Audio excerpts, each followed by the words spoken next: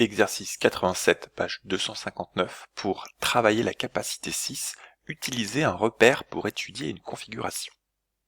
Donc nous avons un triangle qui s'appelle DEF, ici on a une représentation schématique, et on veut d'abord une équation de la hauteur issue de D, donc elle passe par D, elle est perpendiculaire au côté opposé, ici j'ai nommé ce point M, et donc on veut une équation de cette droite DM.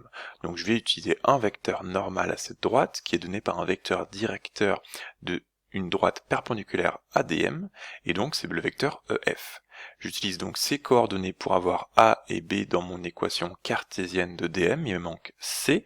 J'utilise les coordonnées d'un point par lequel passe la droite, donc c'est le point D, et donc je vais calculer moins 8 fois 4, moins 8 fois moins 6, et je vais résoudre plus C égale 0. On obtient C égale moins 16. Conclusion, voici une droite, ici une équation cartésienne de cette droite. On peut diviser par moins 8 tous les termes pour obtenir une équation simplifiée de la même droite.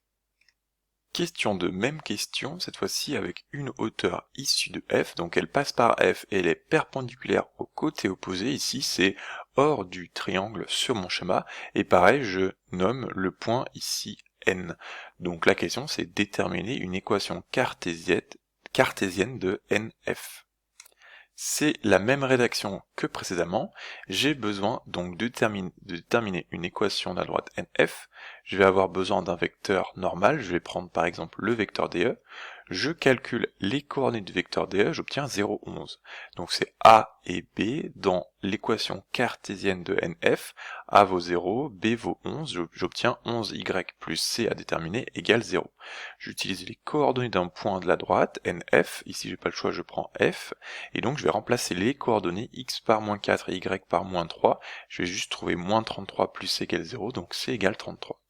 Et donc conclusion, une équation cartésienne de cette droite NF, c'est 11y plus 33 égale 0, on peut diviser tout par 11 pour obtenir x plus 3 égale 0, une équation cartésienne simplifiée de la même droite. Question 3, calculer les coordonnées d'un point, c'est le point d'intersection de ces deux hauteurs. Donc pour calculer les coordonnées d'un point d'intersection, il faut résoudre un système de deux équations à deux inconnues. Ici donc, première hauteur, c'est la hauteur dont l'équation cartésienne avait été calculée ici, x plus y plus 2 égale 0. Ici, deuxième équation, c'est la deuxième équation cartésienne, ici, y plus 3 égale 0. Là, je vais résoudre ce système par substitution puisque je peux isoler une des variables y facilement et donc remplacer y dans l'autre ligne pour obtenir x. J'obtiens x égale 1 et donc y égale moins 3, donc h a pour coordonnées 1, moins 3. Quatrième question. Calculer le produit scalaire du vecteur EH avec le vecteur DF. Le vecteur DF, c'est donc le dernier côté. Le vecteur EH, donc il relie E au point H. H, c'est le point d'intersection des deux hauteurs. On sait que dans un triangle, les trois hauteurs sont concurrentes, elles passent toutes par le même point. Et donc, si on trace le segment EH, eh bien, ça va être la troisième hauteur. Et donc, la troisième hauteur va être issue de E perpendiculaire au vecteur DF. Donc, si tout va bien, on va trouver que le produit scalaire vaut 0.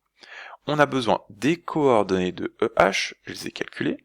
On avait calculé les coordonnées du vecteur DF, les voici. On calcule le produit scalaire et on trouve 0. Et donc on a bien un angle droit, c'est normal puisque les trois hauteurs sont concurrentes.